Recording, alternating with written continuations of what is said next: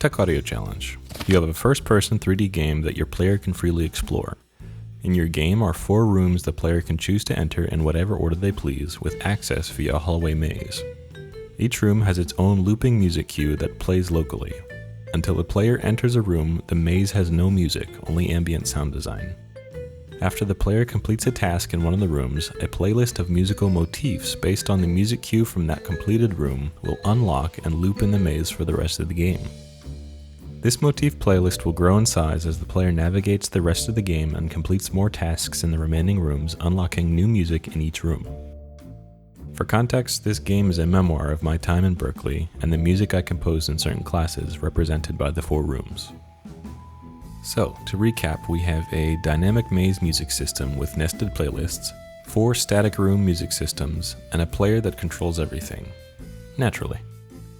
Now, how do we implement this system in Wwise so the music will adapt according to the actions of the player? Spoiler alert, states can control music segment subtracks. Here's the 1000-foot napkin CAD view. And here's the finished product. We have a single music switch managing 6 music playlists, with each playlist dedicated to its own room.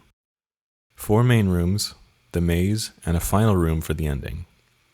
Now the 4-room static looping playlists are pretty run-of-the-mill, with trigger volumes controlling the music switch when the player enters and exits, so I want to focus on the interactive nested maze motif system, or INMs. Stupid. Now, in addition to each room's static music playlist, there's a matching maze music segment containing a handful of motif phrases based on that room's music cue stored in subtracks. When the player enters the trigger volume in a room and collects the cube, they are signaling to Wwise that a specific state has been set active, essentially unlocking that motif to be heard in the maze. At the start of the game, each room's maze music segment initializes to the none state, meaning only the silent subtrack is active. Let's say we collected the maze ambi_LW cube in room 1. Upon collection, the trigger volume will post a Wwise event that sets the P1 subtrack, or the first motif phrase, as active and ready to play for the next time the parent maze ambi music playlist reaches that room in the random continuous loop. After the music segment plays the first motif phrase, the custom cue flag at the end of the subtrack will trigger a nested event, changing the active phrase state to the next motif, P2, and await its next play via the parent playlist.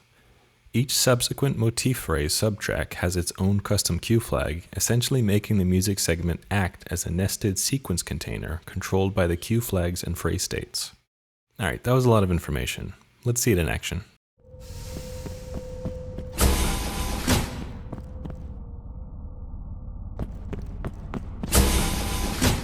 Begin message playback. FS221, the one that started it all. The score to each one holds a special place in my heart. Whether it was movie nights with my family or going to the theaters to see the new Harry Potter movies with my grandma, movies were a part of my everyday life. Waited. This message will now repeat.